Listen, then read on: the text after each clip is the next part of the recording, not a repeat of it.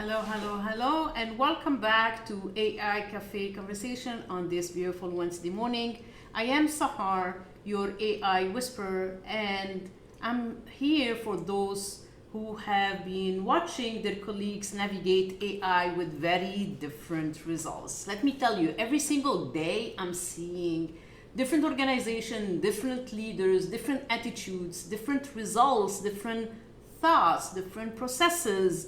And it's amazing because all of us are sometimes looking at AI from different point of view, from different approaches, because remember, AI is still, it's in infancy, and we are still basically scratching the surface of what we can do. But that's why I'm really marrying AI with neuroscience, because I want always to base it on facts, not on maybe or maybe an assumption or a perception. I really want to always kind of base it on neuroscience because because it makes sense to me. So today I'm going to start this by saying that one of my clients told me that it was, again, like I said, everybody looks at AI from different points of view. And my client, like I was saying, told me it's fascinating but frustrating at the same time.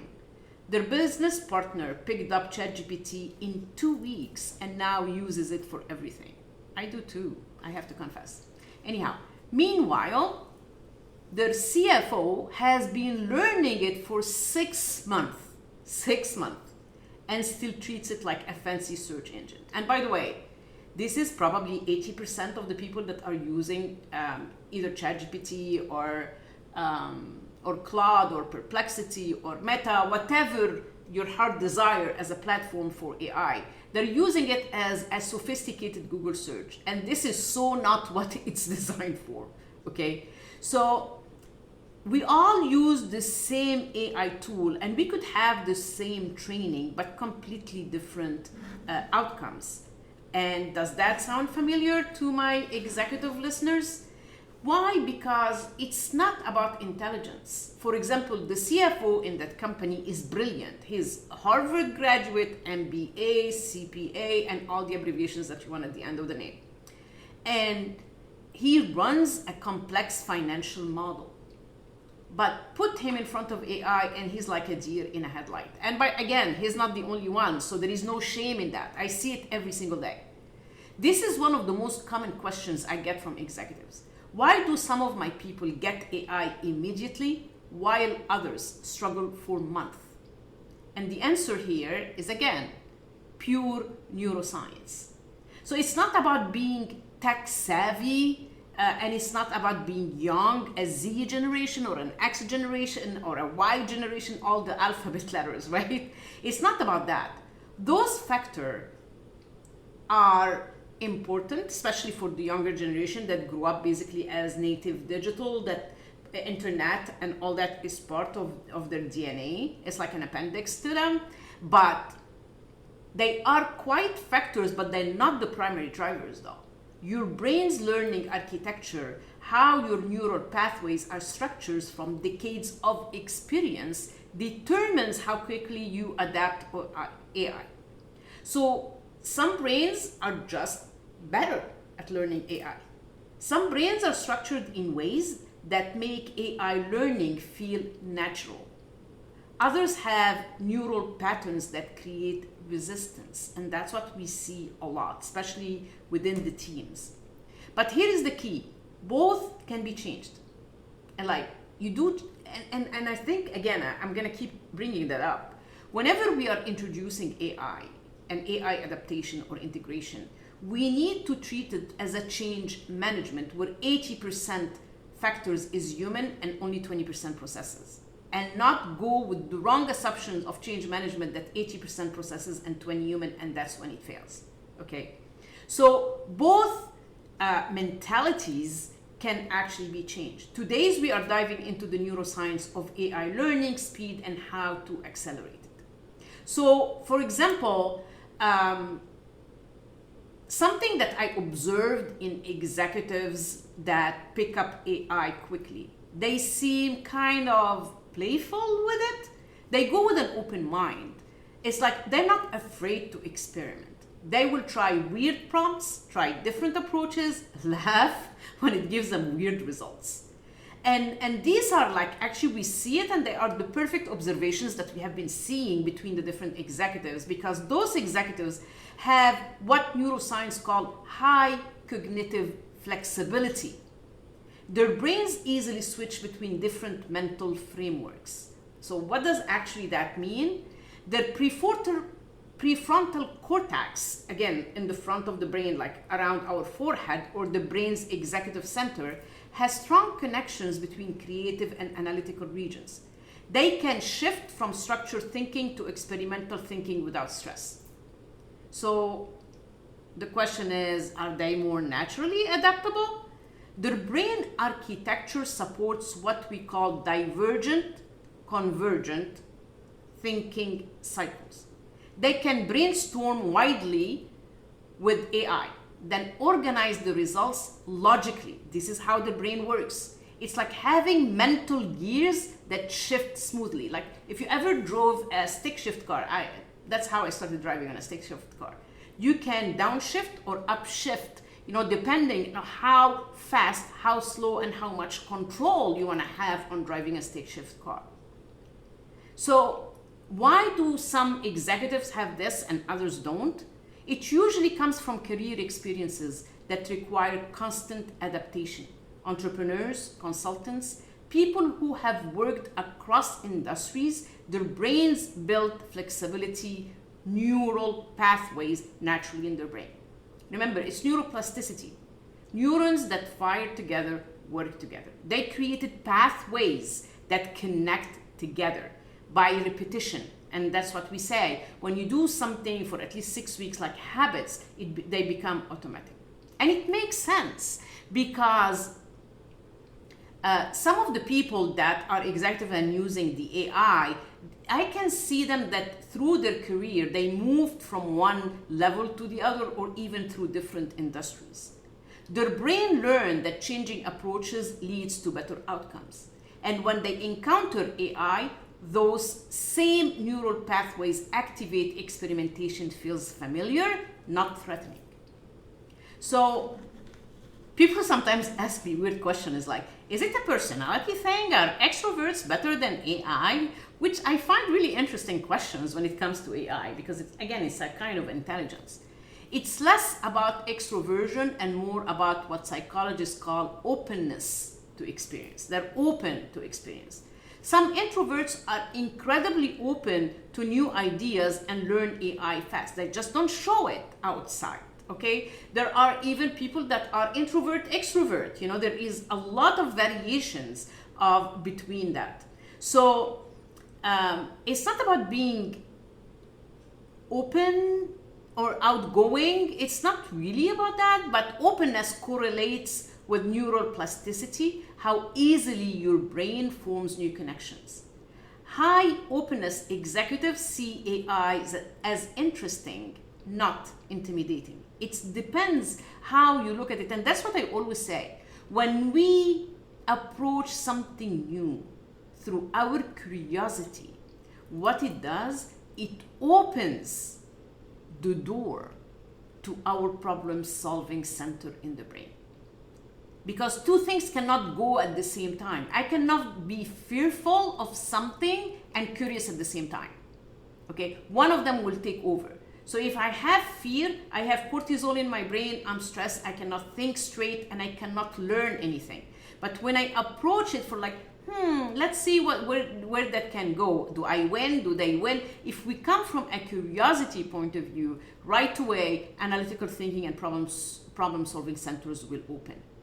So it becomes more, like I said, interesting and not intimidating. I don't know if you can measure it, but there are indicators.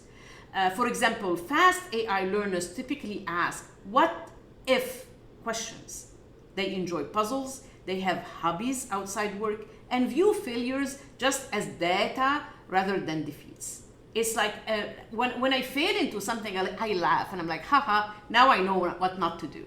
Okay, and I will avoid that next time. I say it's like, oh my God, I failed, I'm not good, like I'm not worthy, blah, blah, blah. I don't do that, okay? It's all about how we look at failures. So let's talk about executives who struggle with AI. What patterns do we see in them? They seem careful, almost paralyzed. They want to understand exactly how it works before they will use it. They have their conditions, like they want to be in control, right? They ask lots and lots of questions about reliability and accuracy. I don't blame them, but still, classic signs of what we call analytical dominant brain architecture. These executives have incredibly strong systematic thinking pathways, but weaker exploratory connections. They are too logical for AI? Not really, they're not too logical, but their brains are wired for sequential, predictable processes. Again, it's about control. AI learning requires iterative experimental processes that feel chaotic to systematic thinkers. They need to understand the methodology before trusting any tool. Their brain excels at structured analysis, but struggles with ambiguous inputs. AI responses vary. Sometimes they even hallucinate, okay? They're not perfect. And they require interpretation. This triggers their brain error detection systems. Remember, we never take everything AI takes up for granted. We are the human brain here. We need to look at it, think about it, think about our experience, the pros and cons, and maybe add and push back. And this is the only way we can get accurate results that we want to have. So sometimes the strength is the weakness actually of the person that just wants to see whatever AI is doing only through the error detection system. Their analytical rigor, which makes them brilliant at financial modeling, for example, creates resistance to AI probable nature. Their brain interprets inconsistency as being unreliable. I'm not saying this is like wrong way of thinking or this is being stupid, but because these executives run very complex organizations, they are extremely, extremely successful. But their cognitive architecture is perfectly designed for traditional executive tasks: strategic planning, risk analysis, systematic decision making. AI just requires different neural pathways. And what makes them struggle? Several factors. Perfectionist neural patterns that resist trial and error learning. Risk aversion circuits that interpret AI uncertainty as danger. An expertise bias that makes new learning feel threatening to identity. And you might tell me, what? Expertise bias? What is that? When you are an expert in traditional methods, or when your brain resists tools that might reveal knowledge gaps. Remember control?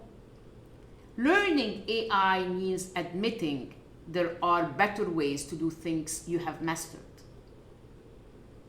So it can be or can seem threatening to someone who built their career on specific expertise because their brain's identity protection system fights against adoption tools that might take their hard-earned knowledge that can make them obsolete.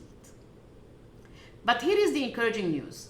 Neuroplasticity means slow learners can become fast learners with the right approach, which means that we can actually rewire a brain for AI learning. The brain builds new neural pathways throughout life. It just requires intentional practice that works with your existing architecture instead of against it. Work with it, not against it. Less resistance. And how does that work practically? For systematic thinkers, like the CFO I was discussing in the beginning of the podcast, start with structured AI experiments. Instead of play around with ChatGPT, give them specific prompts to test with measurable outcomes. So, and that can help make AI learning feel like a controlled experiment where they feel still they have control. Their analytical brain needs frameworks. So create AI protocols that they can follow systemically. Once they see consistent patterns, their trust circuits will activate. And you might ask, but what about the perfectionist executive who hate making mistakes? We can reframe mistakes as data collection. Instead of I got a bad AI response, maybe try to start make them think I collected useful information about prompt effectiveness. Change the language to change the brain response. Remember, words have power. Okay? Change your words, you change your word. Languages shape neural pathways. Experiment feels less threatening than trial and errors. Iteration sounds more professional than playing around. So there are something specific exercises to build AI learning speed. So we can start with what we call micro experiments. 5 minutes AI tasks with clear success metrics. This builds confidence pathways without triggering overwhelmed circuits, like baby steps for the brain. Perfect analogy is that each successful micro experiment releases dopamine, reinforcing AI engagement. And over time, these small wins build larger confidence neural networks. You might ask, how long does rewiring take? It varies actually by individual, but neuroplasticity research suggests that significant pathway changes in 30 to 60 days with consistent practice.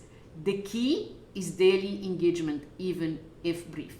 That's basically creating new habits. Remember, and if you add an extra layer on the consistent practice and have triggers, like put yourself a stick-on notes on your desk, or have a screensaver, or put an alarm on your phone at certain times to remind you of something, like quid pro quo, like a trigger that will let you go and do that 5-minute or micro experiment.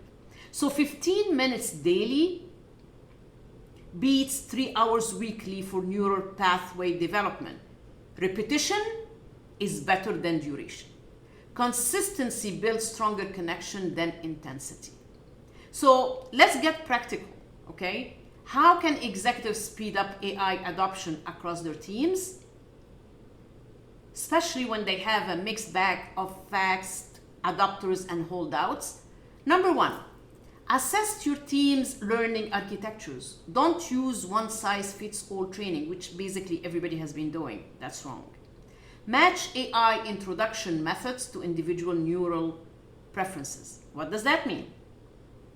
Analytical thinkers need structured framework and measurable outcomes. Creative thinkers need open-ended exploration time. Risk-aversion personalities need safety nets and supervision. Different approaches for different brain types. Your systematic, for example, CFO, like we discussed in the beginning, they need AI standard operating procedures. The creative marketing director needs AI playground time with no specific objectives. Hope it makes sense. And how to build confidence in slow adopter, create AI wins quickly. Give them simple, low-risk tasks where AI obviously saves time, like email summarization, data organization, routine analysis, reading report, Excel sheets. So building success before complexity. Each small success releases dopamine and builds positive AI associations. Start with tasks that complement their existing strength, not challenge them.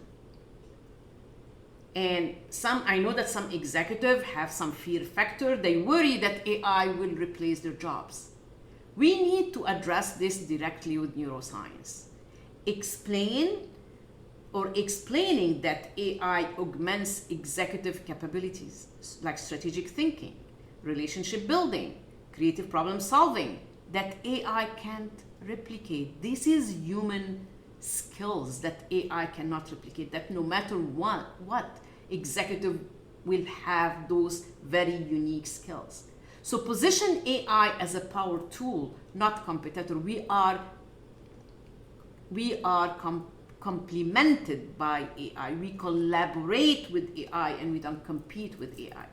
Frame it as AI helps you do more of what only humans can do by handling what machines do well. This reduces threat response and activate curiosity circuits. So some of the specific organization strategies that I use is I use peer learning accelerates adoption. Pair fast learners with slow learners, not as teachers, but as learning partners. Remember, like mentoring and reverse mentoring? Social learning activates different neural pathways than individual studies. Buddy systems for AI learning, anyone? But structured buddy systems. Give pairs specific challenges to solve together. Collaboration reduces individual performance anxiety while building collective capability. And how to measure progress and how do we know if the rewiring is working? We track behavioral indicators, frequency of AI tool usage, complexity of tasks attempted, comfort with imperfect output, and willingness to experiment with new prompts. Practical metrics instead of just surveys. Because the neural pathway changes show up in behavior before people consciously recognize them. Usage patterns reveal brain rewiring better than self-reporting.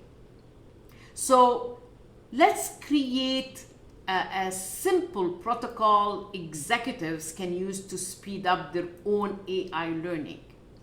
So let me give you something that can actually be implemented. Week 1 and 2, daily 10 minutes structured experiments. Same AI tool, same type of task, different approaches.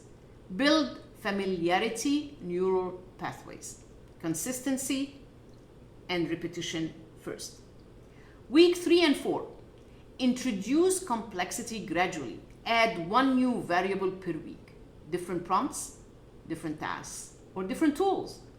Build flexibility circuits slowly. Do not overwhelm the system. Week 5 and 6, integration challenges. Use AI for actual work problems, not practice exercises. This builds confidence and relevance neural connections. So now we move from practice to real application. Week 7 and 8, teaching others. Remember, the best way to learn something is to teach it. Explaining AI approaches to colleagues activates deeper understanding pathways and reinforce learning. And the final step, basically, like I just explained, is becoming a teacher yourself as an executive. Teaching forces your brain to organize AI knowledge into transferable patterns. It's the ultimate neural consolidation exercise. So let me ask you this, guys. What was your takeaway for executive wondering why AI learning speeds vary so much? And the answer is simple. It's not about intelligence or age. It's about brain architecture built from career experiences. Fast learners have flexible neural pathways. Slow learners have systematic pathways. No one is better than the other, okay? Both can be changed with the right approach. Executive, remember, your learning speed is not fixed. Neuroplasticity means you can build AI fluency at any career stage with intentional practice. So don't judge everybody because they're being systematic or about everything, right? The systematic brain is actually an asset. Just needs AI compatible frameworks. Next week, we are diving into AI productivity paradox, why more AI tools can feel like less control.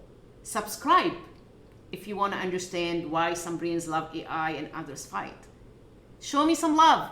Like, share this with someone else, subscribe to our podcast so you don't miss any of the new episodes. This is Sahar, your AI whisperer, signing off from AI Café Conversations. Your brain is more adaptable than you think.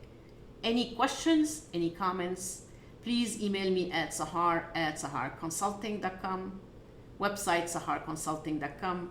My book, The Coach's Brain Meet AI, is still on top new releases on Amazon and is doing really well, is on the top 30 of 3 different categories. And I'm very proud of it, and I hope you like it. I hope you get to read it and tell me what you think about it. But for now, I'm over and out. See you next time. 1, 2